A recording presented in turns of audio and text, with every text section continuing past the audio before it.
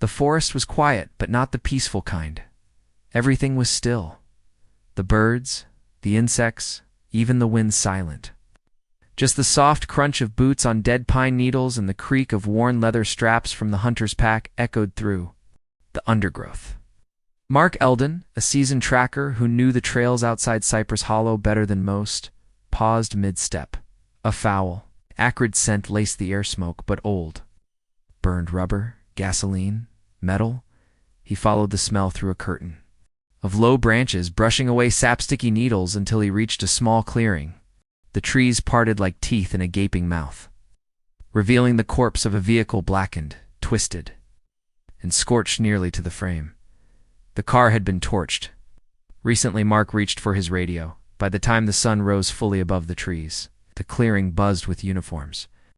Deputies secured the perimeter while forensics combed over the wreckage in silence, their gloves powdered and their faces drawn. A sergeant approached the vehicle and crouched beside the bent, half-melted license plate. His brow furrowed. 1836, he radioed it in. The voice crackled back moments later. That matches the bolo for Miriam Voss's vehicle, black Honda Accord. Registered 2 towns over, missing 3 days. Silence fell. Everyone knew the name. Miriam. Voss wasn't just another missing person. She was the well-respected principal of Hollow Ridge High. Known for her tough but fair leadership and tireless advocacy, she was practically local royalty. Parents trusted her. Students feared and admired her. And now, her car sat in ruins in the middle of nowhere. A crime scene technician leaned into the passenger side of the Husk, his flashlight sweeping across the ashen dashboard. Nothing inside, he muttered. Fire burned clean. But something caught his eye just beneath the crumpled front seat. A metallic glint wedged deep into a crevice that had somehow escaped the worst of the flames. He reached in carefully and tugged. A blackened, slightly melted GPS tracker, unmarked. He held it up. We've got something. Detective Rachel Marlowe stood with her arms crossed near the police line, watching the smoke curl lazily above the vehicle like a phantom.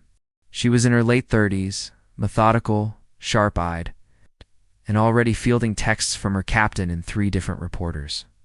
She walked over to the technician holding the device. Where exactly did you find that? Lodged near the bracket, might be aftermarket. He handed it to her gently, like it was a ticking bomb. Rachel turned it over in her hands. The plastic casing was partially warped, but the charging port was intact. No brand, no logo. Get this too, Tech. If it has storage, I want a full map of its movement logs by the end of the day. Her phone buzzed again. Channel 12 was asking for a statement. She silenced the screen. By noon, the press had arrived. Cameras rolled, anchors rehearsed their lines. Drones buzzed overhead like mechanical wasps. A yellow tape barrier wasn't enough to keep them back, and neither were the weary officers tasked with crowd control. Rachel stepped forward just once, only to offer a controlled, neutral statement. We have confirmed the vehicle belongs to Miriam Voss. At this point, investigation is active and ongoing. We are not prepared to answer questions about potential foul play until forensics return with more information. She ignored the shouted follow-ups as the scene was processed and bagged. Rachel took a slow walk around the perimeter of the clearing. The trees were dense, thick enough to muffle screams, to hide light, to conceal fire. Who brings a car this deep to burn it? She murmured to herself. Someone who knew the woods, certainly. Someone who didn't want to be seen. Someone who had time enough to let the car burn and then vanish without leaving a trace of blood, bone, or even clothing. That was the other thing. No human remains had been found inside. No body. So maybe, just maybe, Miriam Voss was still alive. Or maybe someone went to great lengths to make it look that way, 3 miles away. Sitting in a small apartment above a corner pharmacy, a teenage girl watched the unfolding coverage on a grainy television. Her fingers trembled as she clutched a half-crumpled note. One she'd found taped inside her locker, the day Miriam Voss vanished. I know what you saw. Don't talk. Don't write. Don't be next. She hadn't told anyone now, she wondered. If keeping quiet had been the worst mistake of her life, That night, as the forest returned to its eerie silence, a team of analysts in the digital forensics lab powered up the GPS device. It whirred faintly, miraculously functional. A loading bar crawled across the monitor, and then roots. Timestamps, coordinates. The last destination was this forest. Yes, but there were others. Many others. Some within town limits. One near a school, several out in farmland. One stop, far out near the edge of the state line, was marked with a time stamp. Just 6 hours before the vehicle was found, Rachel stared at the screen. This thing's a map to someone's secrets. The analyst glanced at her. Whose secrets? He asked. Rachel didn't answer. Instead, her eyes remained locked on one particular GPS coordinate, a location circled in red. It was just outside a vineyard, a place she knew well. She turned, grabbed her coat, and headed out without a word. By daylight, Hollow Ridge High stood like a monument, red-bricked, neatly trimmed, perfectly symmetrical. On the outside, it was a picture of order and pride, a school the district showed off. On brochures, a place where the hallways smelled of lemon cleaner and awards lined the walls. Inside, the air felt heavier. Detective Rachel Marlowe stepped through the front office doors just after 8 a.m. Students shuffled quietly past her, casting side glances, and whispering. Everyone had seen the news. Everyone had questions, but no one was talking. The interim principal, a thin man with thinning hair named Mr. Connor Dane, greeted her nervously. We've suspended classes for the day. Teachers are supervising study halls. Kids are shaken. Rachel nodded, barely listening. Her eyes scanned the office walls. There it was, a photo of Miriam Voss, smiling proudly beneath a banner that read, Educator of the Year 2022. She really was the heart of this place, Connor offered. I mean, she lived for these kids. Rachel raised an eyebrow. You knew her well? He hesitated. Professionally, yes. She kept her personal life private, never missed a day, never raised her voice. She just carried a weight with her, you know? Rachel turned toward the office door. I'll need access to her personnel file. Connor flinched. Actually, that might be tricky. Tricky. There was a minor incident 2 months ago. A complaint from a parent. I remember it vividly. Very aggressive. Accused Miriam of something inappropriate. We opened a formal report per policy. But what? It vanished. It says the file was deleted. Not by her. Not by me. System shows it was purged under administrative clearance. No one seems to know who authorized it. Rachel narrowed her eyes. What was the complaint about? He glanced down at the desk. It was vague. Said she was meeting students after hours, crossing boundaries. But there was no proof. And Miriam swore she was being targeted. She looked scared. Rachel took a slow breath. Do you know the student's name? No. The parent left it off the form. All we had was a contact number. Rachel stepped closer. Give it to me. Back at the station, Rachel sat with the number on a slip of paper. She dialed. A woman answered. Hello? This is Detective Marlowe with the Cypress County Sheriff's Office. I'm following up on a complaint filed against Miriam Voss 2 months ago. Is this? Click. The call ended. Rachel stared at the phone. Someone didn't want to talk. Later that afternoon, Rachel sat at her desk, sorting through Miriam's HR folder, what little of it remained. Commendations, certifications, no disciplinary actions. A near-flawless career. But buried between salary evaluations and leave forms was a folded note, handwritten, unsigned. They told me to drop it, but something's wrong with her. I think she's in danger. There was no date, no handwriting match. Just that message, forgotten, ignored. Rachel's mind turned to the GPS device. One of the earlier pings, timestamped 3 weeks before the car was found, had occurred in a school parking lot, late at night. Cameras would be long erased by now, but what about the others? 14 locations. 14 stops. Patterns don't lie. Miriam was hiding something, or someone was hunting her. Rachel stood, the case file still open behind her, and reached for her coat. She needed to find out what Miriam Voss had been doing after school hours, and why someone had tried to wipe her clean. The janitor's closet was tucked in a forgotten corner of the school's west wing, an old supply hallway with humming pipes and flickering bulbs that no one used unless something was broken. That's where Rachel found Calvin Hart.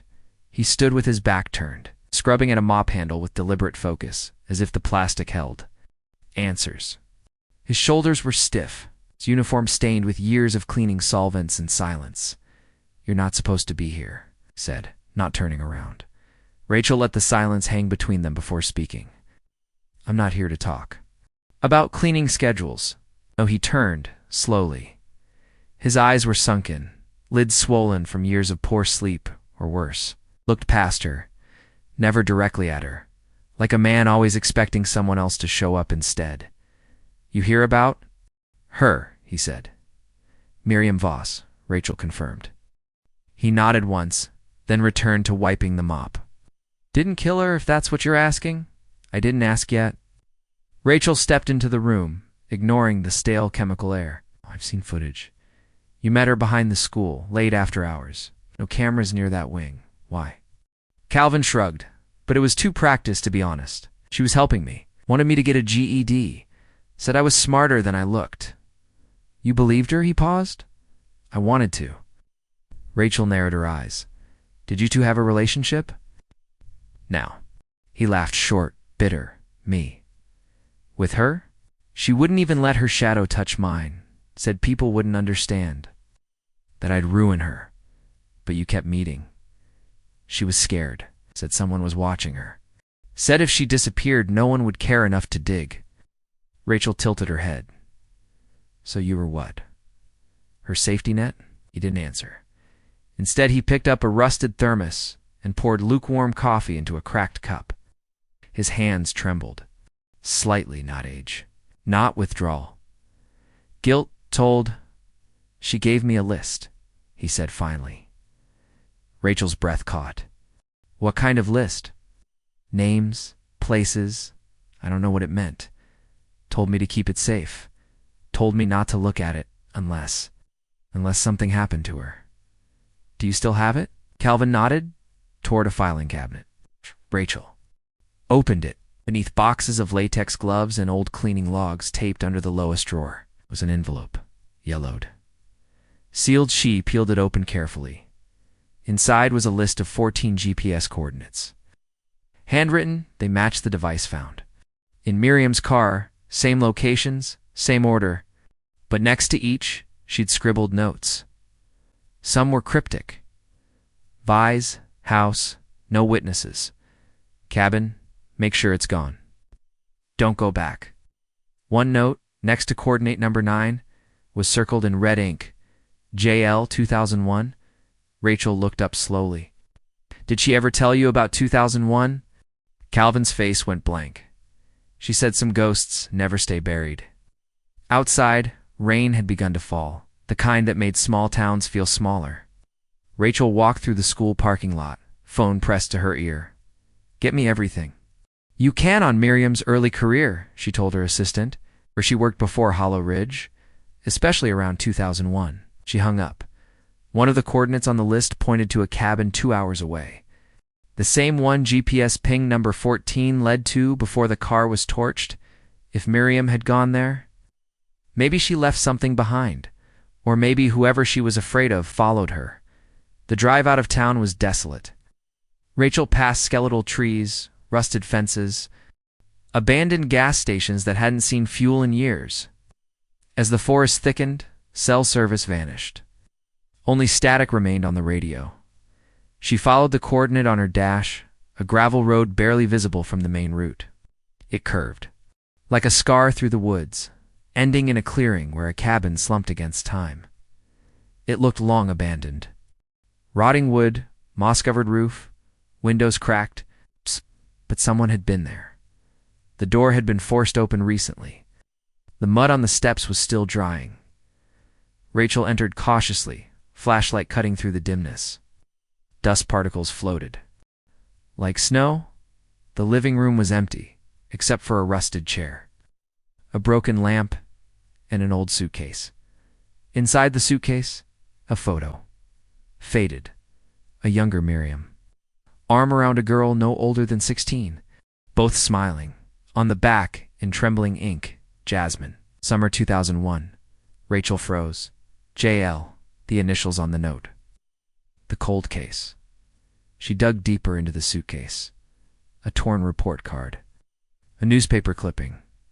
Local girl still missing. Last seen at Crescent Pines Middle. That was Miriam's first job. A student had vanished under her supervision. Rachel stood alone in the cabin. The silence loud with revelation. This wasn't just about a missing principal. It was about a past someone had tried to bury. A past that was resurfacing one burned car at a time. Later that evening, back at the station, her assistant burst into the room. "Got it?" he said breathlessly, dropping a manila folder on her desk. Miriam's employment history. You're not gonna believe this. Rachel opened it. Hired as vice principal in 2001 at Crescent Pines Middle. Left the district suddenly in 2002. No forwarding record. No recommendation letter. Just a single note scribbled in red pen at the bottom of her exit review. Discreet. Departure advised. In everyone's best interest. Rachel leaned back in her chair. Someone had been protecting her, or silencing her, and someone else had finally had enough. The digital forensics lab was dim, filled with the low hum of machines, and the faint scent of overheated plastic. Detective Rachel Marlowe stood over the tech team's shoulders as lines of code and GPS logs scrolled across multiple monitors. 14 pings. The lead analyst said, pointing to the map projected on the wall. All logged in sequence. No overlap, no errors. The GPS device was recording almost daily for weeks. Rachel crossed her arms, eyes narrowing on the red pins spread across the state. Each location told a story she hadn't heard yet. Show me the route leading up to the last ping, the forest. The analyst nodded. About days before the vehicle was found, the device recorded travel to an off-grid property. Coordinates. Match a deed belonging to a dead woman, Clara Weiss. Died in 2016. No known relatives. No reason Miriam should have been there. Rachel's gut clenched. What's there? A cabin. Same one you visited. Satellite images confirm she was the last visitor. No GPS signal after that, until the car was found burned. Rachel's eyes dropped to the sticky note still attached to her phone. The name Jasmine Lorne was written in black ink, underlined twice. Missing since 2001. Last seen in the same school where Miriam began her career. And now, the GPS logs were dragging that buried past into the present. Zoom in on ping number 8, Rachel said suddenly. The one near the farmland. The screen adjusted. Small remote property came into focus. Nestled just outside a vineyard. She froze. That vineyard ... It belongs to Nathan Acker's brother, doesn't it? The analyst frowned. Yeah. You know him? Chairman of the school board? Oversees all hiring decisions. Rachel's voice dropped, including Miriam's. A silence fell. Rachel turned away from the glowing screens and walked out, heart pounding. Every breadcrumb Miriam had left was starting to align into something darker. Something deeper than just a personal fear. It was a network. She pulled up to the vineyard just before noon, the heat casting ripples on the gravel drive. It looked peaceful. Rows of vines stretching to the horizon, a white farmhouse perched atop the hill. But peace was a lie. Rachel walked to the front door and knocked. It was answered by a woman in her early 50s. Her eyes were sharp, her stance. Rigid double quotes, yes. The woman asked, I'm Detective Marlowe. I'm following up on a lead regarding a missing person, Miriam Voss. We believe she was here 3 weeks ago. The woman stiffened. This is private property. Rachel didn't blink. I have a court order if needed. I'd rather not escalate. The woman hesitated, then stepped aside. She came once. Met Nathan out back. Wasn't part of it. Rachel stepped inside. The air smelled like lemon polish and tension. In what capacity do you know Miriam? You don't, she said quickly. Nathan does. They served together on some initiative. At least that's what he he said. Rachel noted her discomfort. Do you know what they spoke about? No. Do you know what time she left? She hesitated again. Late. It was already dark. Rachel caught the lie in her eyes, a flicker too fast, a breath too shallow. Did anyone else see them together? No, there aren't cameras. Here, another lie. Outside, Rachel circled the house, phone in hand. She scanned the side wall until she found it, a small, weatherproof dome. Nestled under the roof overhang, a hidden security camera. She smiled grimly.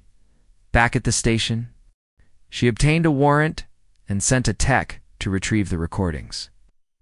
When the footage arrived, Rachel sat in silence, watching the screen. There was Miriam, just as the woman had claimed, standing at the edge of the vineyard. Dressed in a tan coat, arms folded tightly, Nathan Acker stepped into frame. They didn't hug, didn't shake hands, just stared at each other for a long beat. Then the argument began. It was silent video, but the body language said everything. Nathan shouted. Miriam pointed. He waved a hand to dismiss her. She stepped closer, too close. He shoved her back. Then a third person appeared. A woman, younger, her hair tied in a ponytail. She approached quickly, got between them, and began. Yelling at Miriam, Rachel hit pause. Who the hell is she? She zoomed in, but the angle was too poor. Still, the way the woman moved, aggressive, sharp, like she had something to prove, wasn't lost on Rachel. The timestamp read, 8:42. Bid, this meeting took place exactly 5 days before Miriam vanished. Rachel printed the woman's image and returned to the school board building. She waited for Nathan Acker outside his office, photo in hand. When he saw her, his smile faltered. Detective, something I can help with. She held up the picture. Recognize her. He paused. It's too long, my niece, he said finally. Samantha. Was she at your vineyard the night you met with Miriam Voss? Stiffened. It was a family visit. Miriam showed up uninvited. Made wild accusations. I asked her to leave. She didn't look like she was accusing. She looked scared. Nathan's jaw tightened. I don't know what games you're playing, but this is personal. Miriam had problems. She spiraled. If she's missing, I'm sorry, but this has nothing to do with me or my family. Rachel stepped in closer. One of the GPS pings shows Miriam visiting your vineyard multiple times. Same goes for your niece's apartment. So either she was stalking both of you or there's a deeper connection. I think we're done. Here, he said. Rachel smiled coldly. Not even close. That night, she sat in her car, parked 2 blocks from Samantha's apartment, at 11:34 p.m., the lights inside flickered on. Samantha walked in, keys in hand. Rachel watched her, because Miriam wasn't just running from fear. She was chasing something, or someone. And if the GPS breadcrumbs told the truth, the next one would lead not to a place, but to a body. The hallways of Hollow Ridge High were quiet again, but not from order. This was the hush that came with unease. Students walked in, tight groups. Teachers spoke in lowered tones. The building had become a living thing, its walls absorbing secrets, rumors, and fear. Detective Rachel Marlowe moved through the halls like a shadow, her presence causing a ripple in every room she entered. She wasn't just investigating now. She was haunting the space Miriam Voss once ruled. She met Ms. Lydia McGrath, an English teacher in her late 40s, with tired eyes and a stack of ungraded essays clutched to her chest. Near the staff lounge, I heard you were asking questions about Miriam, Lydia said without greeting. Rachel nodded. You worked closely with her? She was my supervisor. But no, I wouldn't say closely. Miriam kept her walls up. But you knew something was wrong. Lydia hesitated. There were whispers. You don't spend 15 years in one place without learning how to read a person's silence. Something changed in the last few months. She stopped attending meetings, missed student evaluations, locked her office door more often. Rachel studied her. Did she ever confide in you? But I caught her crying once, late after school. She thought the building was empty. Rachel took out a notepad. What did she say? She didn't speak. But I asked her if she was okay. She wiped her face and said, "He's going to ruin me." I didn't ask who. I wish I had. Do you think she meant Nathan Acker? Lydia's eyes flicked toward the security camera in the hallway. Maybe, but it wasn't just Nathan. There were rumors she was being watched, that someone in the district office had it out for her. Why? She made enemies. She wasn't afraid to challenge board decisions, especially when it came to the girls. Rachel tilted her head. What girls? Lydia's mouth opened, then closed again. I shouldn't say more. Rachel stepped closer. Whatever happened to Miriam didn't begin last week. Someone's been burying her for years. If you know something, say it. Lydia hesitated, then finally whispered, there was a student last year, senior smart, top of her class. One day she came to school with bruises and refused to speak. Miriam pulled her aside, took her home. After that, the girl transferred out and vanished. Rachel's heart quickened. Name, I can't say, but check locker 317. The girl left something behind in the vent. Miriam found it and locked it in her desk. Rachel got the master key from admin and made her way down the west hallway. Locker 317 was near the old music wing, isolated and drafty. She opened it slowly. The metal creaked. Nothing inside. But the vent cover at the back was loose. She reached in. Her fingers brushed paper. She pulled it free. A faded composition notebook, wrapped in a rubber band. She opened the first page. If something happens. To me, it's because I trusted the wrong people. The rest was a journal, fragmented, paranoid. Descriptions of a man in a blue tie offering her a mentorship. Late-night meetings. Promises of college recommendations in exchange. For silence, the name Nathan Acker appeared twice briefly, but unmistakably. At the end of the notebook, Miriam tried to help. She said she'd take care of it. I think that's when everything started going wrong for her. Rachel closed the notebook, her pulse loud in her ears. Miriam wasn't running from guilt. She was paying the price for trying to expose someone. Later that day, Rachel sat across from the school's guidance counselor, Mark Reyes. He was young, well-dressed, and twitchy. I need to talk about a former student, she said. Female, possibly abused. Disappeared after transferring. Mark looked uncomfortable. Detective, even if I knew who you meant, I'd be bound by confidentiality. Rachel placed the notebook in front of him. His face drained of color. You recognize it? Yes. She gave that to Miriam. I told her not to get involved, but Miriam couldn't help herself. Did Miriam report it? She tried. The girl begged her not to, said it would ruin everything, scholarships, reputation. Her mother didn't believe her. And Nathan. What about Nathan? Mark hesitated. He pulled Miriam into a meeting with the district board.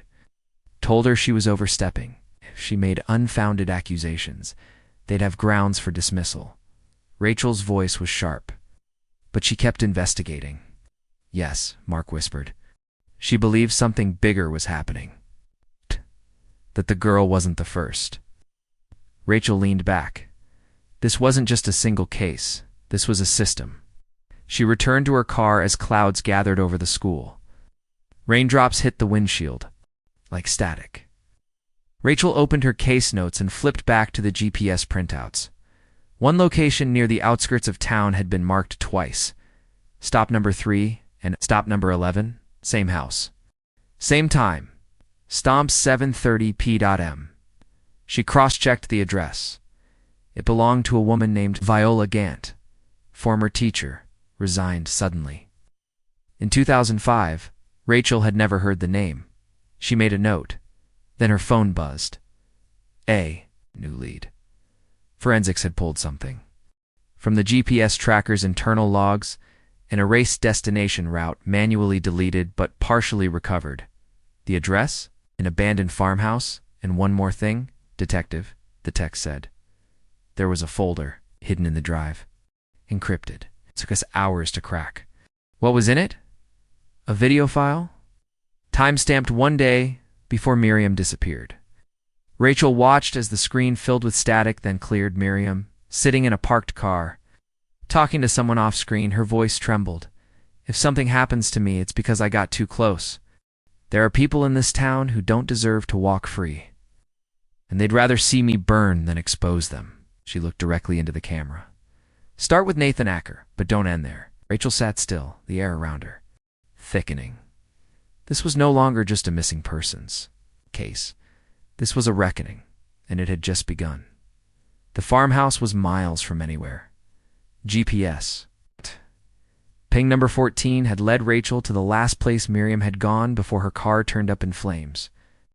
According to the recovered logs, the location had been visited twice, once a week before the disappearance, and again just 6 hours before the car was found torched in the forest. Rachel parked her cruiser on the gravel path. Surrounded by overgrown weeds and wild grass, the sky above hung heavy with clouds, promising another storm. Wind pushed through the tall trees bordering the property, whistling a low, ominous tune. The house itself sagged under its own weight. 2 stories.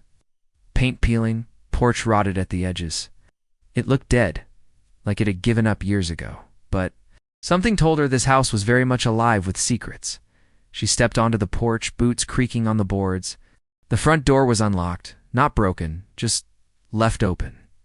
Rachel's fingers hovered near her sidearm as she pushed it inward and stepped into the dim, stale interior. Dust covered everything, but not evenly.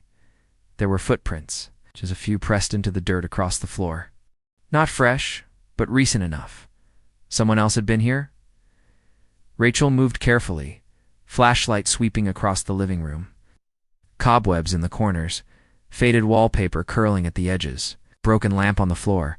In the center of the room sat an old recliner facing an unplugged TV. On the seat was a piece of yellowed paper, weighted down by a stone. Rachel lifted it gently. If you're reading this, it means you found me too late. MV, the words struck her like ice to the spine. Miriam had been here. Maybe more than once. Rachel pocketed the note and continued down the hallway. A single door on the left led to a small den, and it was in that room she found it, a hidden basement hatch. The rug covering it had been hastily thrown back into place. The latch was stiff, old, but gave with a grunt of metal and dust. Rachel pulled it open and stared down into darkness. She descended slowly. The air thickened, colder, damper. The light from above barely reached the bottom. Then her beam caught it, a wall covered in photographs, some nailed, some taped. Dozens of them, faces, mostly young women. School IDs, candid shots, yearbook cutouts. Sticky notes attached to some, others marked with red X's. She felt her stomach tighten. One photo stood out, taped at eye level, Miriam next to her, circled in blue ink. A girl with dark eyes, curly hair, and a nervous smile. Rachel recognized her. Jasmine Lauren, the missing student from 2001. Next to that photo was a printed email, yellowed, slightly torn. She leaned in and read, Miriam, I found another one. He's using the same methods. This girl's scared. She won't talk. I think it's happening again, VV. Viola Gant, the former teacher. The same name tied to GPS stop number 3 and hashtag 11. This wasn't a simple abuse case. It was a pattern, a network of adults in power. Manipulating, grooming, threatening, and covering their tracks through silence and shame. Rachel's hands trembled as she took photos of everything. Rachel stepped in closer. One of the GPS pings shows Miriam visiting your vineyard multiple times. Same goes for your niece's apartment. So either she was stalking both of you or there's a deeper connection. I think we're done. Here, he said. Rachel smiled coldly. Not even close. That night, she sat in her car, parked 2 blocks from Samantha's apartment, at 11:34 p.m. The lights inside flickered on. Samantha walked in, keys in hand. Rachel watched her, because Miriam wasn't just running from fear. She was chasing something. Or someone. And if the GPS breadcrumbs told the truth, the next one would lead not to a place, but to a body. The hallways of Hollow Ridge High were quiet again, but not from order. This was the hush that came with unease. Students walked in, tight groups. Teachers spoke in lowered tones. The building had become a living thing, its walls absorbing secrets, rumors, and fear. Detective Rachel Marlowe moved through the halls like a shadow, her presence causing a ripple in every room she entered. She wasn't just investigating now. She was haunting the space Miriam Voss once ruled. She met Ms. Lydia McGrath, an English teacher in her late 40s, with tired eyes and a stack of ungraded essays clutched to her chest. Near the staff lounge, "I heard you were asking questions about Miriam," Lydia said without greeting. Rachel nodded. "You worked closely with her?" "She was my supervisor. But no, I wouldn't say closely. Miriam kept her walls up. But you knew something was wrong." Lydia hesitated. There were whispers. "You don't spend 15 years in one place without learning how to read a person's silence." Something changed in the last few months. She stopped attending meetings, missed student evaluations, locked her office door more often. Rachel studied her. "Did she ever confide in you?" "But I caught her crying once, late after school. She thought the building was empty." Rachel took out a notepad. "What did she say?" "She didn't speak, but I asked her if she was okay. She wiped her face and said, 'He's going to ruin me.' I didn't ask who. I wish I had." "Do you think she meant Nathan Acker?" Lydia's eyes flicked toward the security camera in the hallway. "Maybe, but it wasn't just Nathan. There were rumors she was being watched, that someone in the district office had it out for her. Why? She made enemies. She wasn't afraid to challenge board decisions, especially when it came to the girls." Rachel tilted her head. "What girls?" Lydia's mouth opened, then closed again. "I shouldn't say more." Rachel stepped closer. "Whatever happened to Miriam didn't begin last week. Someone's been burying her for years. If you know something, say it." Lydia hesitated, then finally whispered, "There was a student last year, senior smart, top of her class. One day she came to school with bruises and refused to speak. Miriam pulled her aside, took her home. After that, the girl transferred out and vanished." Rachel's heart quickened. "Name, I can't say, but check locker 317. The girl left something behind in the vent." Miriam found it and locked it in her desk. Rachel got the master key from admin and made her way down the west hallway. Locker 317 was near the old music wing, isolated and drafty. She opened it slowly. The metal creaked. Nothing inside. But the vent cover at the back was loose. She reached in. Her fingers brushed paper. She pulled it free. A faded composition notebook, wrapped in a rubber band. She opened the first page. "If something happens to me, it's because I trusted the wrong people." The rest was a journal, fragmented, paranoid. Descriptions of a man in a blue tie offering her a mentorship. Late-night meetings, promises of college recommendations in exchange. For silence, the name Nathan Acker appeared twice briefly, but unmistakably. At the end of the notebook, Miriam tried to help. She said she'd take care of it. I think that's when everything started going wrong for her. Rachel closed the notebook, her pulse loud in her ears. Miriam wasn't running from guilt. She was paying the price for trying to expose someone. Later that day, Rachel sat across from the school's guidance counselor, Mark Reyes. He was young, well-dressed, and twitchy. "I need to talk about a former student," she said. "Female, possibly abused. Disappeared after transferring." Mark looked uncomfortable. "Detective, even if I knew who you meant, I'd be bound by confidentiality." Rachel placed the notebook in front of him. His face drained of color. "You recognize it?" Yes." "She gave that to Miriam." "I told her not to get involved, but Miriam couldn't help herself." "Did Miriam report it?" "She tried. The girl begged her not to. Said it would ruin everything. Scholarships, reputation. Her mother didn't believe her." "And Nathan? What about Nathan?" Mark hesitated. "He pulled Miriam into a meeting with the district board. Told her she was overstepping. If she made unfounded accusations, they'd have grounds for dismissal." Rachel's voice was sharp, but she kept investigating. "Yes," Mark whispered. "She believed something bigger was happening. That the girl wasn't the first." Rachel leaned back. This wasn't just a single case. This was a system. She returned to her car as clouds gathered over the school. Raindrops hit the windshield, like static. Rachel opened her case notes and flipped back to the GPS printouts. One location near the outskirts of town had been marked twice. Stop number 3 and stop number 11, same house. Same time. Stomp 7:30 p.m. She cross-checked the address. It belonged to a woman named Viola Gant, former teacher, resigned suddenly. In 2005, Rachel had never heard the name. She made a note. Then her phone buzzed. New lead. Forensics had pulled something. From the GPS tracker's internal logs, an erased destination route manually deleted but partially recovered. The address? An abandoned farmhouse? And one more thing, detective, the text said. There was a folder, hidden in the drive. Encrypted. It took us hours to crack. What was in it? A video file? Time-stamped one day before Miriam disappeared. Rachel watched as the screen filled with static, then cleared. Miriam, sitting in a parked car, talking to someone off-screen, her voice trembled. If something happens to me, it's because I got too close. There are people in this town who don't deserve to walk free. And they'd rather see me burn than expose them. She looked directly into the camera. Start with Nathan Acker, but don't end there. Rachel sat still, the air around her thickening. This was no longer just a missing persons case. This was a reckoning, and it had just begun.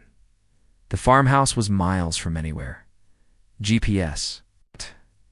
Ping number 14 had led Rachel to the last place Miriam had gone before her car turned up in flames. According to the recovered logs, the location had been visited twice, once a week before the disappearance, and again just 6 hours before the car was found torched in the forest. Rachel parked her cruiser on the gravel path. Surrounded by overgrown weeds and wild grass, the sky above hung heavy with clouds, promising another storm. Wind pushed through the tall trees bordering the property, whistling a low, ominous tune. The house itself sagged under its own weight. 2 stories. Paint peeling, porch rotted at the edges. It looked dead, like it had given up years ago. But something told her this house was very much alive with secrets. She stepped onto the porch, boots creaking on the boards. The front door was unlocked, not broken, just left open. Rachel's fingers hovered near her sidearm as she pushed it inward and stepped into the dim, stale interior. Dust covered everything, but not evenly. There were footprints, just a few pressed into the dirt across the floor. Not fresh, but recent enough. Someone else had been here? Rachel moved carefully, flashlight sweeping across the living room. Cobwebs in the corners, faded wallpaper curling at the edges, broken lamp on the floor. In the center of the room sat an old recliner facing an unplugged TV. On the seat was a piece of yellowed paper, weighted down by a stone. Rachel lifted it gently. If you're reading this, it means you found me too late. MV, the words struck her like ice to the spine. Miriam had been here. Maybe more than once. Rachel pocketed the note and continued down the hallway. A single door on the left led to a small den, and it was in that room she found it, a hidden basement hatch. The rug covering it had been hastily thrown back into place. The latch was stiff, old, but gave with a grunt of metal and dust. Rachel pulled it open and stared down into darkness. She descended slowly. The air thickened, colder, damper. The light from above barely reached the bottom. Then her beam caught it, a wall covered in photographs, some nailed, some taped, dozens of them, faces, mostly young women. School IDs, candid shots, yearbook cutouts, sticky notes attached to some, others marked with red X's. She felt her stomach tighten. One photo stood out, taped at eye level. Miriam next to her, circled in blue ink, a girl with dark eyes, curly hair, and a nervous smile. Rachel recognized her. Jasmine Lauren, the missing student from 2001. Next to that photo was a printed email, yellowed, slightly torn. She leaned in and read, Miriam, I found another one. He's using the same methods. This girl's scared. She won't talk. I think it's happening again, VV. Viola Gant, the former teacher. The same name tied to GPS stop number 3 and hashtag 11. This wasn't a simple abuse case. It was a pattern, a network of adults in power. Manipulating, grooming, threatening and covering their tracks through silence and shame. Rachel's hands trembled as she took photos of everything. Then her flashlight passed over something else. A backpack, maroon, half buried under a tarp. She pulled it free. Inside, notebooks, hair ties, and a student ID. Samantha Lorne. Rachel felt a jolt in her chest. Jasmine's sister, the woman from the Vineyard footage. She was here. Back at the station, the room was quiet except for the soft buzz of computers. Rachel pinned the new photos on the caseboard. Faces stared back at her. Students, teachers, board members. The truth was too big for one person to contain. She stared at Samantha's photo. If she'd been following Miriam, she was either trying to protect her or punish her. Rachel picked up the phone and dialed. Samantha Lorne. The voice on the other end froze. Who is this? My name is Detective Rachel Marlowe. I know you were with Miriam the night at the Vineyard. I need to speak with you. In person. I know what you're talking about. We have security footage. You argued with her. You followed her. Long silence. Then you don't understand. I was trying to stop her. She was covering for him. For who? Another pause. This one longer. I'll meet you. But not at the station. Where? GPS stop number 7. I know you have the tracker. You know what's there. Line went dead. 2 hours later, Rachel found herself outside an abandoned boarding house. It was cold, gray, and looked untouched for a decade. It matched GPS stop number 7, the house. Jasmine lived in with her aunt before vanishing. Samantha was waiting at the edge of the porch who'd pulled up. Eyes wary. You're risking a lot coming here, Rachel said. I've been risking things. Since I was 11, Samantha replied flatly. You think Miriam protected someone? I know she did. Back then, in 2001, I was just a kid, but I remember. Jasmine told her what was happening. She went to the administration. They told her to drop it. Jasmine disappeared a week later. Rachel looked into Samantha's eyes. And now, you still think Miriam's guilty? Samantha faltered. No, not anymore. Not after what she gave me. What did she give you? Samantha reached into her coat and pulled out a flash drive. She met me here, said she was ready to go public. Told me to hold this in case something happened to her. Rachel took it. What's on it? Folder called Viola. Samantha's voice cracked. She said it would explain everything. About Jasmine. About what really happened in 2001. Rachel nodded. She turned to leave. But Samantha called out, They'll come after you too. Just like they did her. Rachel didn't turn back. I hope they do. Back at headquarters. The digital forensics tech loaded the flash drive. It opened instantly. Inside, a folder named Viola and another encrypted. The Viola folder was full of scanned letters, testimonies, photos, audio clips of interviews between Miriam and girls from different years. One file showed a teacher evaluation dated 2000. Mr. Acker's mentoring program continues to raise red flags. Complaints from female students persist. Recommend temporary suspension of extracurricular sessions. The report was signed Viola Gant and stamped dismissed. No action required. Rachel leaned over the desk, eyes locked on the screen. Miriam had spent years collecting evidence, not just on Nathan Acker, but on the entire system that had protected him. She had tried to warn people, and someone had made sure. She never got to finish, but Miriam had left something behind, a breadcrumb trail, a map of ghosts and graves, and Rachel had no intention of stopping now. The hallway outside. The counselor's office smelled faintly of coffee, old carpet, and something sterile. Rachel stood just beyond the glass door, watching Mark Reyes inside. He was alone, hunched over his desk, staring at nothing in particular. The blinds were half closed, letting light streak across the walls like prison bars. She knocked once. He jumped, Detective, he said, standing quickly. Didn't expect you back so soon. I need to talk, she said, stepping inside without waiting for an invitation. Mark nodded and shut the door. The small room felt even smaller now. Awards, college posters, a framed diploma from some out-of-state university. None of it felt sincere. Rachel's eyes drifted to a corner bookshelf filled with binders labeled by year. "Sit," he said, trying to stay composed. Rachel didn't. Instead, she pulled out her phone and opened the flash drive's contents again. The Viola folder. She turned the screen toward him. "You recognize this?" Mark leaned forward, squinting. His face paled as he read the first document, a handwritten note from Viola Gant, describing her concerns about a student mentoring program that crossed professional boundaries. I don't know how you got that," he said.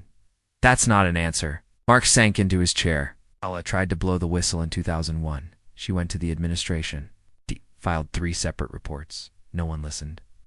She was forced out, Rachel said. Mark nodded. They made it look like a resignation, but it wasn't. They buried everything. And Miriam knew. She found Viola's old files 2 years ago, hidden in a locked drawer in the basement records room. They were labeled archived, staff transferred, total misdirection. But she read every word. Rachel's voice was low. That's when she started connecting the dots. Mark hesitated. She thought it was still happening. "She was right," Rachel said. "I've got a journal from a girl last year. Notes, mentions of a man in a blue tie, offering late-night guidance sessions. Promises in exchange for silence." Mark didn't speak, but his eyes dropped to the floor. Rachel leaned forward. "Was it Nathan Acker?" Mark's voice came out like gravel. "I don't know." "You don't know?" she snapped. "Amina. Suspected, but I didn't have proof. Nathan's got power. Influence. If you accuse a man like that without ironclad evidence, your career's over. And what about Miriam's?" Mark looked away. Rachel paced now, her words slicing. "She tried to stop it. You let her take the fall." "I warned her," he snapped. "I told her to let it go. She wouldn't listen. She was trying to protect those girls. I know." His voice cracked, and now she's gone. "It's my fault." Rachel stopped pacing. In that moment, Mark didn't look like an accomplice. He looked like a coward who'd spent too long avoiding the mirror. She softened her tone. "Kept records, didn't you?" Mark looked up sharply. "What? You're a counselor? Mandated reporter? Even if no one took you seriously, you had to document it. Notes, files, something." Mark swallowed hard. He walked to the bookshelf, pulled the binder labeled 2019 to 2020, and opened it to a hollowed-out middle. From the gap, he retrieved a black USB stick. "I kept my own records. Off the system. Just in case." Rachel took it and tucked it into her coat. Mark met her eyes. "Please be careful. If you dig deep enough, you'll find names you don't want to say out loud." Rachel's reply was flat. "I'm already there." It's back at the station. Rachel sat alone in the evidence room, her laptop humming as the USB drive loaded. The folder was titled Echoes Inside. Case notes, audio files, redacted reports. Rachel scanned the screen. Student initials matched school IDs from the wall in the ND. Basement. Each file detailed the same MO. Late-night mentoring. Private meetings, career promises, vague threats if they spoke out. But the most chilling was an audio file labeled Student Number 9, Session Log. Rachel hit play, a teenage girl's voice. Barely above a whisper, filled the speakers. He said he could help me get into NYU, that he had connections. I didn't think he meant that. He locked the door, told me I owed him for the recommendation. I froze. I kept hearing the doorknob rattle even after I left, like it was still trying to trap me. The file ended in silence. Rachel sat. Back, this was it. Miriam hadn't just discovered a pattern, she'd found the mechanism. The system, the cycle of manipulation woven deep into the school district, masked by good intentions and sealed by fear. And someone had silenced her to keep it buried. That night, as the town settled into its quiet routines, Rachel drove to Viola Gant's last known address, a cottage near Cypress Lake. She hadn't been seen in years. The place was shuttered, windows boarded, mailbox full of rotting flyers, but a neighbor across the street stood watering plants, watching Rachel with suspicion. "Evening," the woman called. "I'm looking for Viola Gant," Rachel said. The woman paused. "Viola moved years ago. Cancer, I think. It passed away not long after. But I remember her. Nice lady. Always had books under her arm. Rachel hesitated. Did she leave anything behind? No. The woman nodded toward the shed in Viola's backyard. She told me once, if anything ever happened to her, someone might come looking. Told me not to throw away that box. Rachel walked over.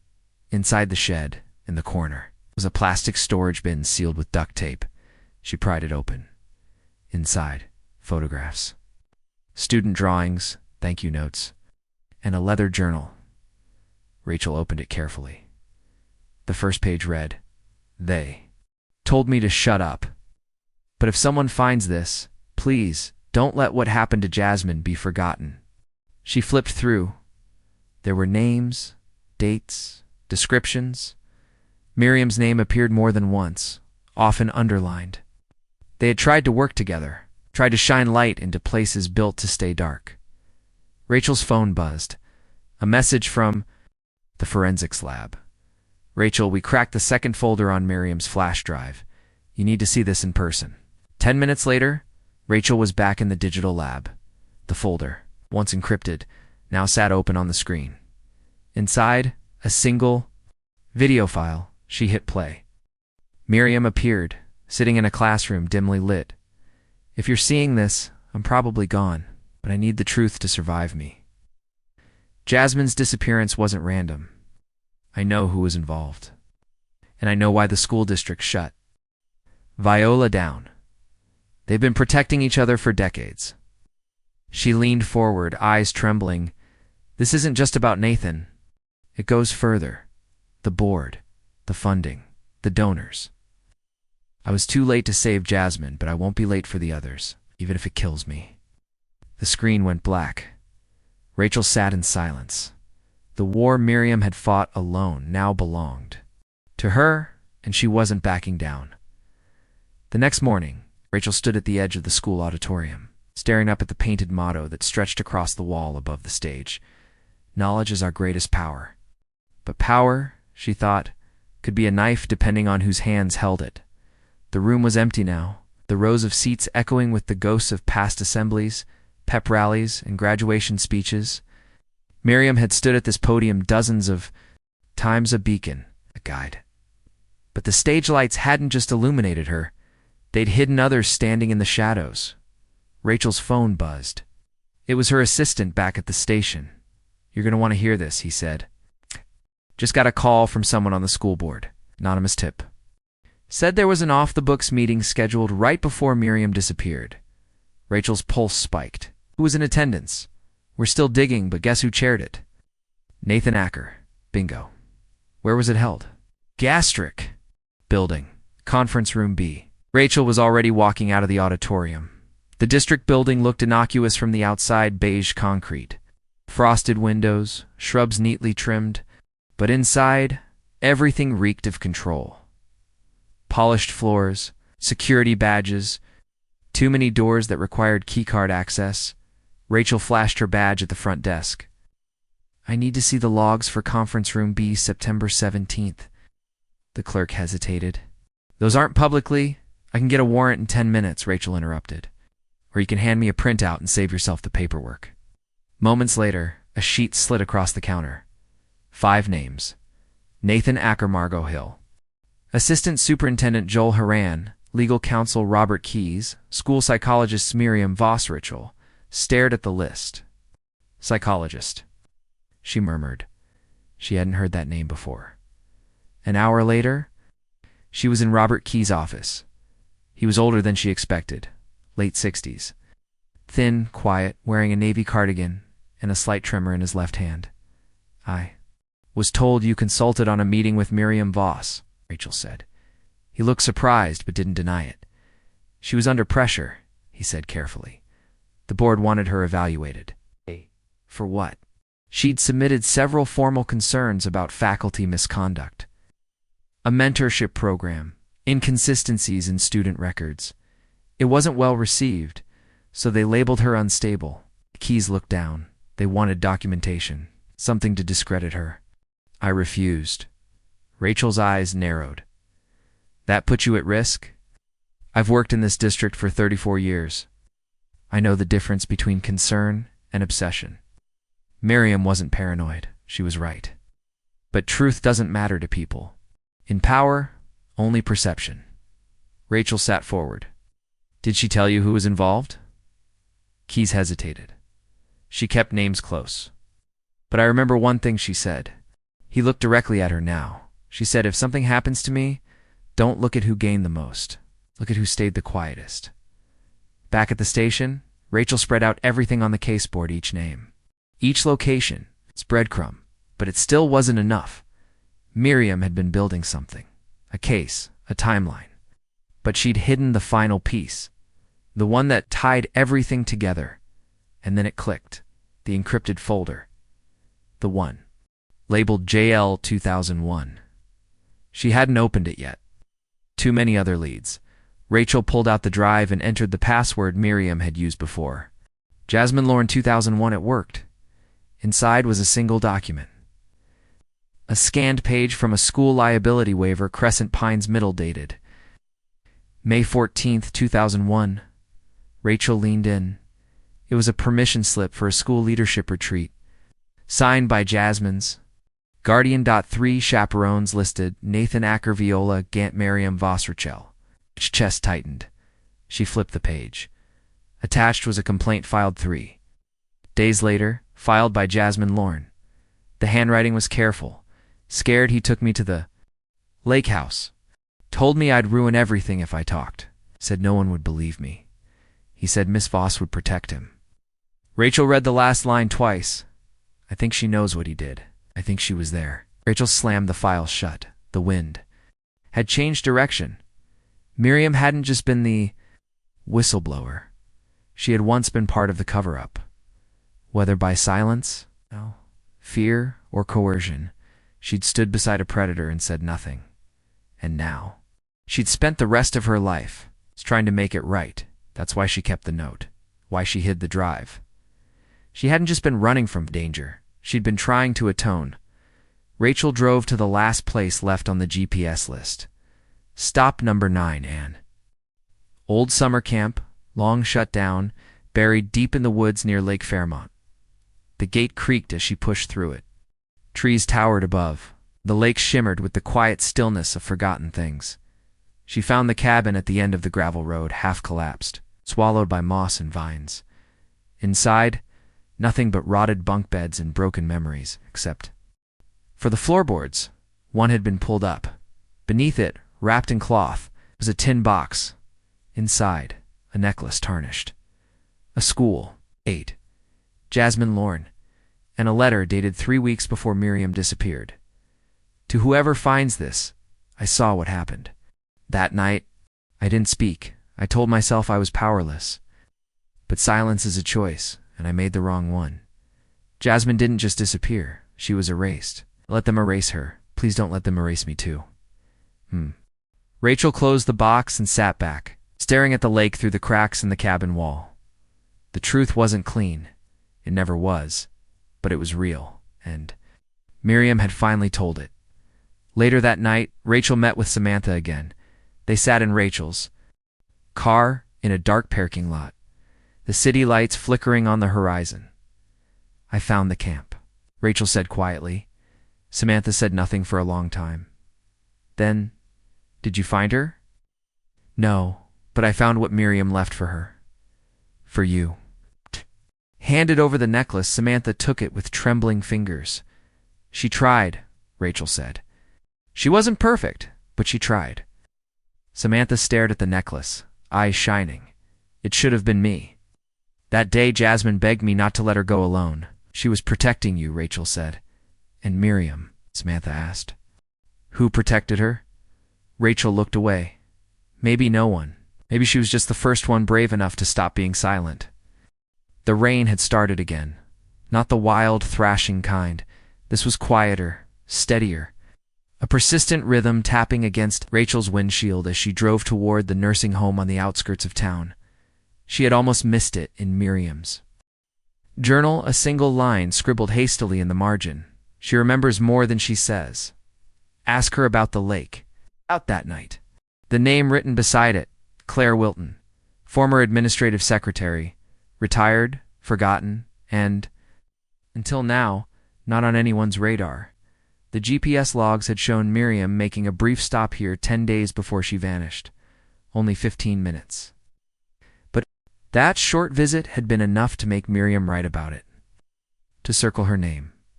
And for someone like Miriam, who chose every word with care, that meant something. Rachel parked and stepped out into the cold. Oh. The nursing home smelled of antiseptic and lavender. A nurse led her down a carpeted hallway, lined with soft pastel paintings and whispering televisions. "She doesn't talk much," the nurse said gently. "Slips in and out. But she recognized your name when I said you were coming."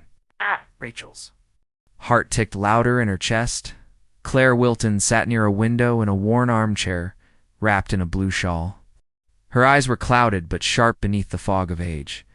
Rachel knelt beside her. "Claire," she said softly, "I'm Detective Rachel Marlowe. You spoke with Miriam Voss not long ago." Claire blinked slowly. Then, almost imperceptibly, she nodded. "She said you might remember something about a school trip, a lake, 2001. Claire's hand twitched. Her voice came out in a whisper, dry as paper. "The permission slips." Rachel leaned in. "You handled them?" Claire nodded. "All of them." Signature. Her aunt didn't want her to go, but Nathan insisted she'd benefit from the experience. Said it was for the district's rising leaders. Rachel swallowed. "Did you know what was happening?" Claire didn't answer right away. Then, "I suspected." But the board, her voice cracked. They controlled everything. Even Miriam. She came to me after. Told me she'd made a mistake. That she should have said something. "What did she do?" Claire looked out the window. She visited Jasmine's aunt, left flowers on the porch, tried to check in on the girl. The family moved. Changed numbers. Disappeared. Rachel's throat tightened. Claire turned back. "You're the first one to ask me about this in 24 years. Back at the station, Rachel pulled up every archived file on Claire Wilton's employment. Nothing unusual. No reprimands. No transfers. But one thing caught her eye in June 2001. Claire had submitted a 2-week medical leave, the exact 2 weeks following the school retreat at Crescent Pines. Rachel stared at the date. June 16th. She flipped through Miriam's recovered journal. That same date appeared 3 times, underlined, and beneath it, I saw her run into the woods. I told him she needed help. He laughed. Rachel's breath stopped. She didn't know if the her referred to Jasmine or Miriam herself. But someone had run, and someone had laughed, and neither had been saved. She returned to her apartment that night. Soaked through and silent, she dropped her keys, sat on the floor, and opened Miriam's flash drive one more time. One folder remained. For Samantha. Password. Protected. Rachel stared at the screen. Tried Jasmine Lorne. Nothing. Then she remembered something Samantha had said the night before. Jasmine always wrote her poems on the backs of napkins. Said they were just scraps of truth. Rachel typed. Scraps of Truth folder opened. Inside was a letter, addressed to Samantha. Rachel read. I didn't protect your sister the way I should have. I was young, too eager to belong. I thought loyalty meant silence. But silence has teeth. It chews through you until all that's left is guilt. I've spent my life trying to outrun it. This is everything I have. Every file, every student, every whisper that was too quiet to catch in the daylight. You asked me once why now. I finally understand. You don't expose rot from the outside. You light the match from within. Attached to the letter was a master list, 17 names, all connected to incidents, allegations, quiet payoffs. Forced resignations. Rachel recognized several board members. Faculty, administrators still active, but one name was circled in. Red dot Joel Heron, legal counsel. Rachel stormed into the district office the next morning, flanked by 2 uniformed officers and a state investigator. They passed shocked assistants and pushed. Into Joel Heron's office without knocking, he stood, startled. Detective Marlowe, You're under investigation for obstruction of justice, destruction of records, and conspiracy to conceal multiple instances of abuse within Hollow Ridge School District. His eyes widened. This is insane. Have no, Rachel slammed Miriam's flash drive on the desk. I've evidence that you were responsible for sanitizing teacher complaints going back to decades. That you ordered internal files deleted, that you sat on testimony from at least 4 students, including Jasmine Lorne. Joel's lips parted, searching for a denial. None came. I have a digital trail, bank transfers, confidential memos, and a dead woman's voice saying your name with more clarity than you've ever spoken truth. Glanced toward the hallway, but the uniformed officers had already stepped in. As they cuffed him, Rachel leaned in and whispered, "Your silence ends here." Later, Rachel sat on the courthouse steps beside Samantha. Neither spoke for a long time. Finally, Samantha broke. The quiet, "Do you think Miriam ever forgave herself?" Rachel stared out at the gray sky. I think. She knew forgiveness wasn't guaranteed, but she gave everything trying to earn it. Samantha nodded slowly. They're going to try and spin this, aren't they? Blame a few people, save the system. Rachel's voice was low. Not if I burn the whole thing down. A slight smile tugged at Samantha's lips. Rachel reached into her coat and handed her the final item. Miriam had left behind a sealed envelope with Jasmine's name written in cursive. She meant this for you. Samantha clutched it to her chest, eyes wet. Will they find her? She asked. Her body. Rachel didn't answer immediately, but her eyes, burning with fire, held the promise. I won't stop until they do. They found her body 10 feet from the edge of the lake, beneath a shallow covering of leaves and wet soil, where pine needles carpeted the forest like a forgotten quilt, lay the girl who had haunted Hollow Ridge for more than 2 decades. Jasmine. Lauren, even after all the interviews, the files, the whispered confessions, Rachel hadn't been prepared for the moment her team unearthed that last piece of truth. The forensic coroner confirmed the remains through dental records. A school-issued bracelet still clinging to bone and DNA matched from her sister's toothbrush. Rachel stood in the silence of the forest, watching crime scene techs carefully zip the body bag. The birds weren't singing. Even nature, it seemed, was mourning the next day. Headlines gripped the region. Body of Jasmine Lorne discovered in Lake Fairmont Woods. School scandal widens. District legal counsel arrested. Others under review. Former principal's files lead to break in 24-year-old cold case. But Rachel wasn't reading the news. She was sitting across from Nathan Acker. They were in a gray interview room with mirrored walls and silence so dense it felt like fog. Nathan looked older. Somehow the crisp edges of his charm wilted by pressure, but his eyes still held that same arrogance. Rachel slid a photo across the table. Jasmine's ID. I want to talk about the retreat, she said, calmly. June 2001. You, Miriam, Jasmine, and Viola Gant. You were chaperones. Nathan's lips curled slightly. That was a long time ago. Not long enough to erase a body buried near the lake. I didn't bury anyone. Shh. Rachel leaned in, voice sharp. But you were the last adult seen with her. Miriam's files show she tried to confront you. Students say she begged the board to take action, and Miriam herself. Shh. Nathan shifted, his mask cracking. You don't? Have proof, he said. Just her word. And she's dead. Rachel smiled coldly. Her word led us to Jasmine's body. Her files led us to your friend Joel's bank transfers. And the flash drive she left behind, full of testimony, photos, locations. She paused. Her silence protected you. But her death buried you. Nathan's jaw tightened. You're bluffing. He muttered. Rachel slid over one last item. A USB drive labeled Crescent Pines tapes. What's this? He asked. Recovered footage. Students had old camcorders back then. We pulled this one from a flooded storage unit near the lake. It shows you walking into cabin 4 with Jasmine. Alone. No chaperone log. No permission. Nathan went pale. He didn't speak again. By the end of the week. The story had exploded. 3 current board members resigned. 2 former superintendents were subpoenaed.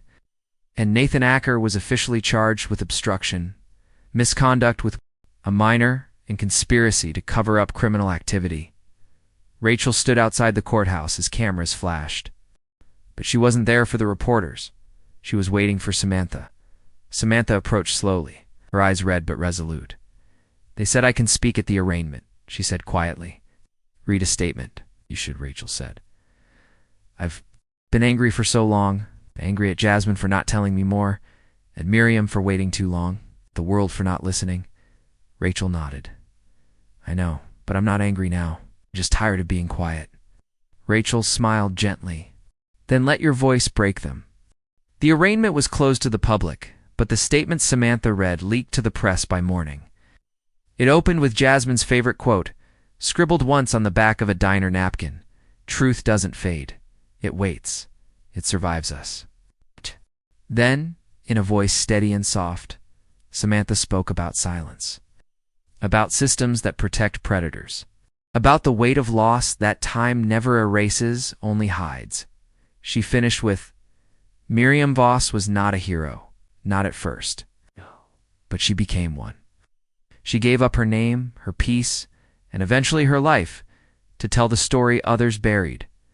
Jasmine was not a statistic. She was a girl who loved poetry, played guitar with broken strings, and once made me laugh so hard I couldn't breathe. Her body may have been buried, but she was never forgotten. No one moved for several seconds after. She finished. And in that stillness, justice finally began. 2 weeks later, Rachel returned to the forest one last time, not to investigate, to remember. She stood near the lake, where the pine trees swayed slowly, their long branches dipping low like bowing sentinels. The soil was marked now not by crime scene tape, but by a new plaque mounted on a wooden post in memory of Jasmine Lorne, 1992 to 2001. "You were always more than they allowed you to be." Behind it, a bench had been placed, donated anonymously. Though Rachel had a good idea who was behind it, she sat there in silence until footsteps broke the quiet Samantha. She took the seat beside Rachel, hands in her coat pockets. "I didn't think I'd come back here," she whispered. "You don't have to stay long." Samantha shook her head. "I think I needed to come." They sat without speaking for a while. Then Samantha asked, "Do you think there are others? Other towns? Other girls who never had a Miriam to fight for them?" Rachel didn't lie. "Yes." Samantha's voice was barely audible. "Then we keep going." Rachel looked at her. A girl who had once carried the grief of 2 lifetimes, now looked ready to speak for all the ones who couldn't. "We will," Rachel said. "But first we remember." She reached into her coat and pulled out the last page of Miriam's journal. She'd found it folded between receipts at the bottom of the flash drive case. A final note. "If I die, don't make me a martyr. Make me a warning. Make me a map. Make damn sure you finish what I started." Samantha read it, smiled faintly through tears. "I think she'd be proud," she whispered. Rachel watched the lake glisten under a break in the clouds, sunlight finally touching water that had been dark too long. "Miriam's gone," she said, "but the ones who remain, we're not done." The new school year started without ceremony. There were no banners, no ribbon cutting, no back-to-school speeches. The auditorium remained closed, pending repairs, the district said. But everyone knew the real reason. It was too full of ghosts. Rachel stood by the entrance of Hollow, ridge high, watching students file in with slumped shoulders and forced smiles. The atmosphere was different now. Not exactly fearful, more ... brittle, like the truth had cracked something in the foundation, and no one quite knew how to patch it. Inside, the front office buzzed quietly. A new principal had been appointed interim, chosen by the board. But Miriam's name still hung in the hall outside the office, engraved on a brass plaque honoring her years of service. It hadn't been taken down. Rachel walked toward it, stopped. There was a single flower tucked into the corner of the frame, wilted but still standing. No note, no name, but she knew it was Samantha. At the station, boxes were still being sorted. The case was officially closed, but Rachel had refused to archive it. Too many people wanted it forgotten already. She wasn't going to let that happen. Flipped open the latest report on her desk. a series of internal emails leaked by a former district staffer. Most were what she expected. Warnings buried, student names redacted, legal loopholes exploited. But one caught her breath. It was from 2002. Joel Heron, from District Legal Counsel subject. Student misconduct risk report, high exposure. Flag it listed 3 names. Jasmine Lorne, Sarah Whitman Noel. Briggs under. Each was a note. Avoid further exposure. Advise staff to limit unsupervised student-adult interactions. Record any behavioral outbursts. Rachel blinked slowly. These weren't warnings about staff behavior. These were warnings about the students. They had flagged the girls as liabilities. She slammed the folder shut. They hadn't just covered up abuse. They had calculated it, weighed risk, labeled threats, and silenced children by branding them unstable. This wasn't negligence. It was architecture. A system built in silence. Later that afternoon, Rachel drove to visit Viola Gant's grave. The cemetery was quiet, autumn leaves curling on headstones like sleeping hands. Viola's grave sat beneath an old elm, modest, almost forgotten. But someone had recently placed a stack of letters there, bound with a red ribbon. Rachel knelt beside them and added a single photo. Miriam, standing with her students, mid-laugh. The edges were worn, the color faded, but the smile was still sharp, still real. "I found her," Rachel whispered. "I found Jasmine." The wind blew gently, carrying her voice through the trees. "I'm still digging, Viola. The rot didn't." "Stop with Nathan, it goes deeper." She didn't expect an answer, but she left knowing this. Someone would come after her someday. The way she came after Miriam's ghost. She just had to leave a trail loud enough to follow. Meanwhile, Samantha. Lauren had moved into a small cottage on the outskirts of Hollow Ridge, quiet, off-grid safe. She wasn't hiding. She was healing. She spent her mornings rebuilding a community garden behind the house. It had once belonged to her aunt, a woman broken by grief and swept aside by silence. Now, Samantha filled it with life. Tomatoes, herbs, flowers, her sister. Once sketched in notebooks, she kept Miriam's letter in a drawer by her bed. The words were worn, read 100 times. Sometimes she read it out loud, just to hear another voice in the room. The necklace Jasmine's hung by the window, catching morning light like a whisper frozen in glass. One morning, Rachel visited. They sat under the arbor, tea between them. Silence gentle now, not the weapon it used to be. "I read your statement again," Rachel said. Samantha smiled. "You memorize it yet?" "Almost." They both chuckled. Then Rachel reached into her coat and pulled out a file. Another student came forward, she said softly. "Sarah Whitman. She left the district years ago, moved out of state. But after the news broke, she called me." Samantha's smile faded. "She wants to talk. She wants to testify," Rachel said. Thought she was alone. Samantha looked at the garden around them, the soil under her nails, the green reaching for sun. "Then we build something new," she whispered, out loud this time. A few months later, the town of Hollow Ridge held a candlelight memorial. On what would have been Jasmine's 34th birthday, people gathered outside the school. Students, alumni, teachers both old and new. Some came with signs, others came with silence. Everyone came with something heavy in their hearts. Rachel stood at the edge of the crowd, watching Samantha step up to the microphone. No podium, no camera crew, just a small speaker and one voice. Samantha held a piece of paper, but didn't look at it. "I'm not here tonight to give a speech," she said. "I'm here to say a name out loud, a name that lived in shadows too long." She paused. "Jasmine Lorne." The crowd echoed it back, soft, reverent, like prayer.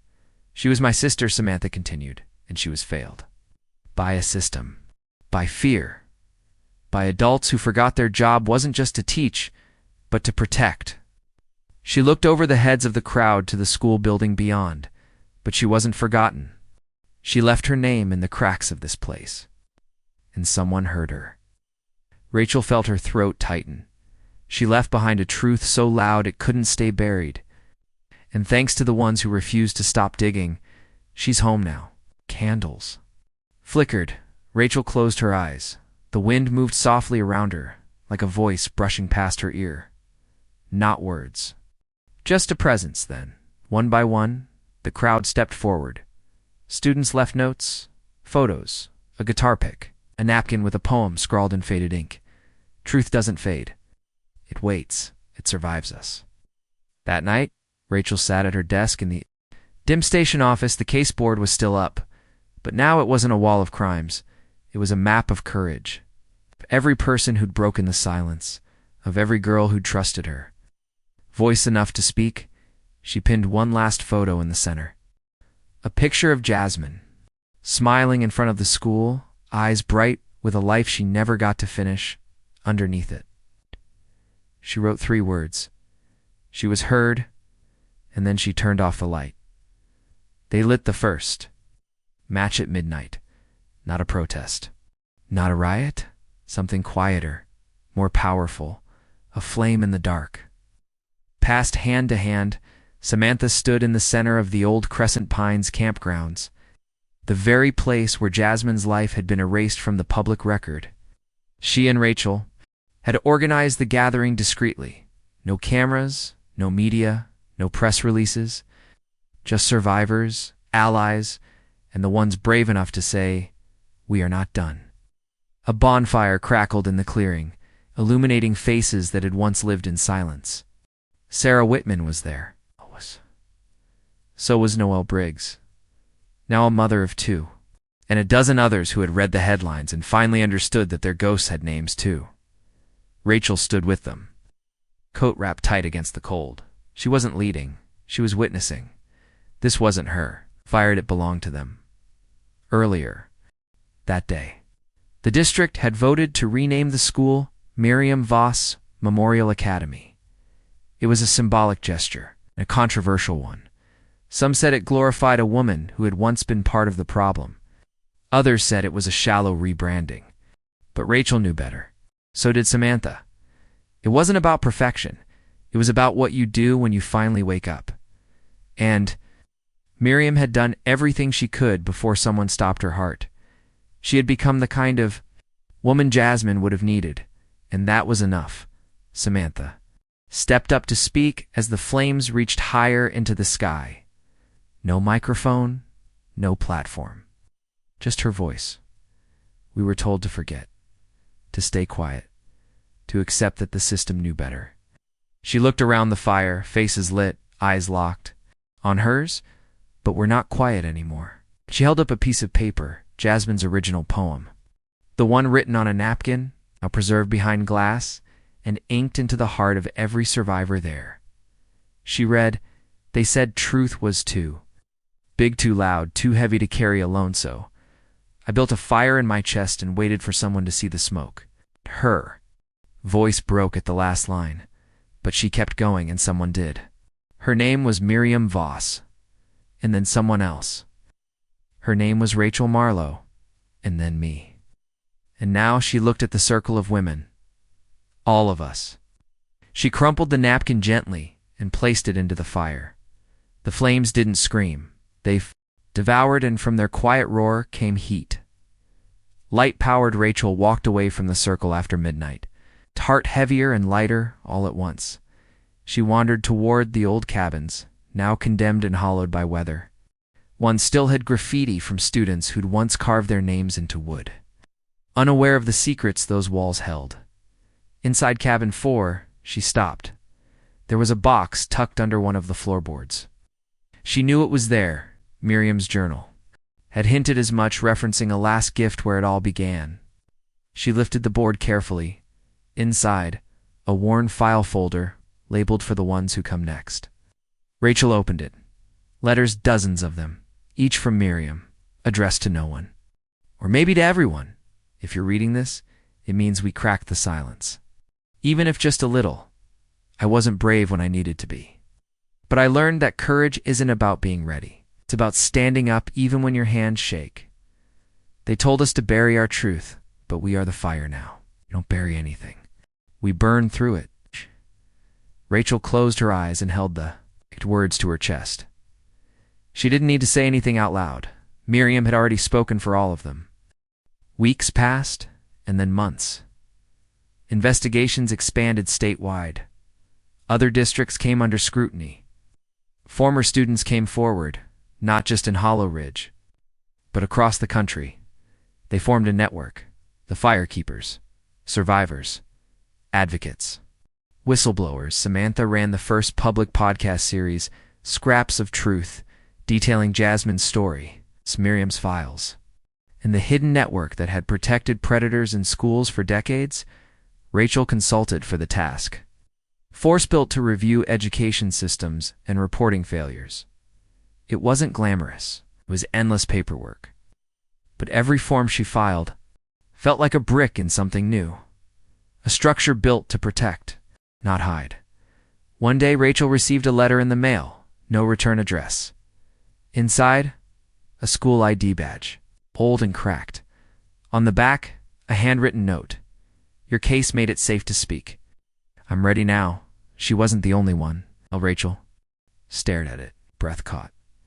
There would always be another story, another buried voice. But that was the point. You don't fix it all at once. You just start the fire and keep it burning. The story of Miriam, of Jasmine, of the girls who were erased. It would never be a movie with a clean ending.